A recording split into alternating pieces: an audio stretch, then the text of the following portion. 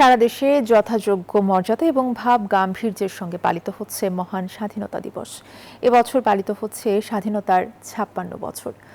সূর্যোদয়ের সঙ্গে সঙ্গে ৩১ ভারতোদ্বোধনীর মধ্য দিয়ে কর্মসূচির সূচনা হয়। প্রতিনিধিদের পাঠানো তথ্য ছবিতে ডেস্ক রিপোর্ট।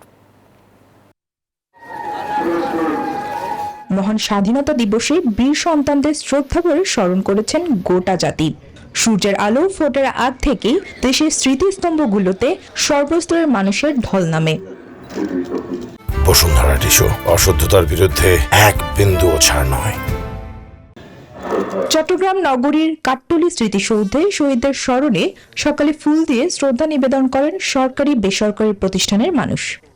ভ্রাতৃত্ববোধের বাংলাদেশ, ঐক্যবদ্ধ বাংলাদেশ, এটাই হোক আজকের প্রত্যাশা।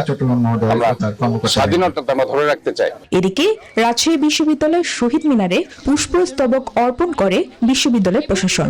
এরপরে একে একে শ্রদ্ধাঞ্জলি নিবেদন করে বিভিন্ন বিভাগ, হল ও ইনস্টিটিউটের শিক্ষার্থীরা। স্বাধীনতা যুদ্ধে যারা শহীদ হয়েছেন প্রত্যেকের আত্মার মাগফিরাত কামনা করছি।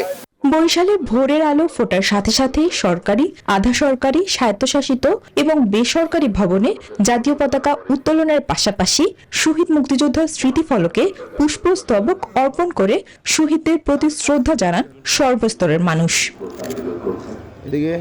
একইভাবে যশোর, পিরোজপুর ও পার্বত্য খাগড়াছড়িতে ৩১ বার তোপধ্বনির মধ্য দিয়ে স্বাধীনতা কর্মসূচি শুরু হয়। Desk report, news 24।